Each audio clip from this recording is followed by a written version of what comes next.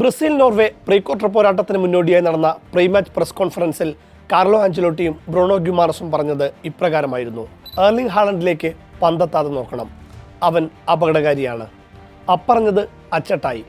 അവനിലേക്ക് പന്തെത്തി, അവൻ നോർവേയെ ജയിപ്പിക്കുകയും ചെയ്തു.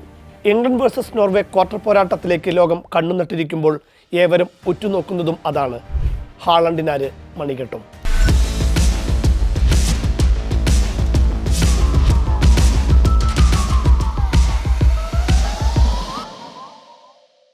ഹാലണ്ടിനെ എങ്ങനെ പൂട്ടുമെന്ന് ക്വാർട്ടറിന് മുന്നോടിയായുള്ള പ്രസ് കോൺഫറൻസിൽ ഇതുവരെ ആരെങ്കിലും ഹാലണ്ടിനെ പിടിച്ചു കെട്ടിയിട്ടുണ്ടോ എന്ന മറുചോദ്യമാണ് ഇംഗ്ലണ്ട് താരം മോർഗൻ റോജേഴ്സ് തിരിച്ചു ചോദിച്ചത്.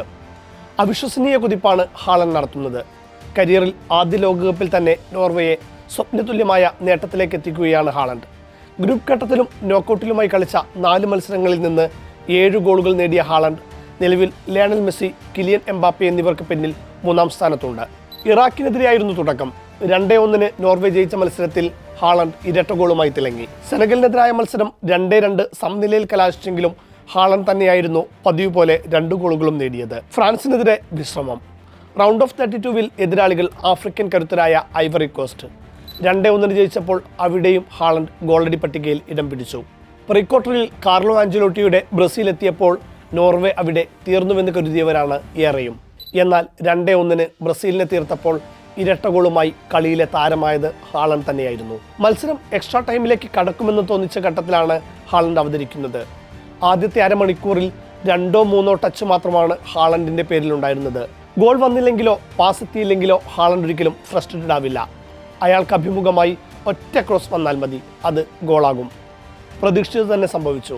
ന്യൂസയ്ക്ക് പകരമെത്തിയ ഷെൽറൂപ്പിന്റെ അതിഗംഭീരമായ ക്രോസിൽ ടിപ്പിക്കൽ ഹാലണ്ട് ഫിനിഷ്. വൈകാതെ ഒന്നുകൂടി ബോക്സിന് പുറത്തുനിന്ന് ഹാലണ്ടിന്റെ കാലിൽ പന്തെത്തുമ്പോൾ ഓടിയെടുക്കാനോ തടയിടാനോ അവിടെ ബ്രസീലിയൻ താരങ്ങൾ ആരും ഉണ്ടായിരുന്നില്ല. ഹാലണ്ടിന് ഫ്രീ സ്പേസ് അനുവദിക്കുക എന്നാൽ അതിനേക്കാൾ വലിയ അപകടം ഒന്നുമില്ലല്ലോ. ഗോളിയുടെ പൊസിഷൻ നോക്കുന്നു, ഷൂട്ട് ചെയ്യുന്നു. ശക്തിയേറിയ കാർപ്പറ്റ് ഷോട്ടിനെ തടയാൻ അലിസണുമായില്ല. അതാണ് ഹാലണ്ട്. അയാൾ ഒരിക്കലും പന്തിന് പിന്നാലെ പായില്ല. പന്ത് അയാളുടെ വരുതിയിൽ വരും, അതിനെ ലക്ഷ്യത്തിലുമെത്തിക്കും. ലോകകപ്പിൽ ഇതുവരെ 7 ഗോളടിച്ച ഹാലണ്ട് അതിനുവേണ്ടി വെറും 18 ഷോട്ടുകൾ മാത്രമാണ് ഉതിർത്തത്. 39% ഹാലണ്ടിന്റെ ഷോട്ട് കൺവേർഷൻ റേറ്റ്. 1986 ലോകകപ്പിൽ ഗാരി ലിനേക്കറിന് ശേഷം ഒരു ലോകകപ്പിലെ ഏറ്റവും മികച്ച ഷൂട്ടിംഗ് കാര്യക്ഷമതയാണിത്. ശരാശരി ഓരോ 14 ടച്ചിലും ഹാലണ്ട് ഗോൾ നേടുന്നുണ്ട്. മാർട്ടിൻ ഒഡഗാർഡും ഷെൽറൂപ്പും നൊസയും അടക്കമുള്ള താരങ്ങളുടെ സഹായം കൂടിയാകുമ്പോൾ ഹാലണ്ട് കൂടുതൽ അപകടകാരിയാവുകയാണ്. മയാമിയിൽ ആരാകും, എങ്ങനെയാകും ഹാലണ്ടിനെ തടയുകയെന്നാണ് ഫുട്ബോൾ ലോകം ഉറ്റുനോക്കുന്നത്. മറുവശത്ത് തോമസ് തുഷേലിന്റെ കീഴിൽ മികച്ച ഫോമിലാണ് ഇംഗ്ലണ്ട് കളിക്കുന്നത്.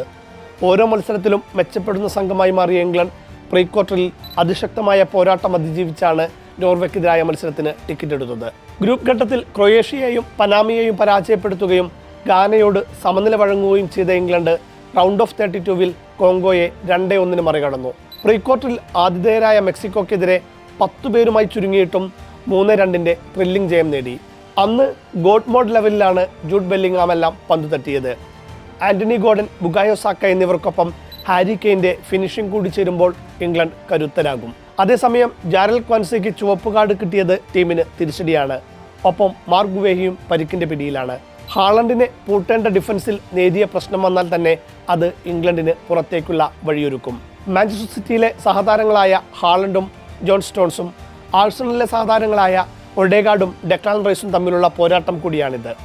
ലോകകപ്പിന്റെ ചരിത്രത്തിൽ ഇതാദ്യമായാണ് ഇരു ടീമുകളും ഒരു നോക്കൌട്ട് മത്സരത്തിൽ നേർക്കുനേർ വരുന്നത്.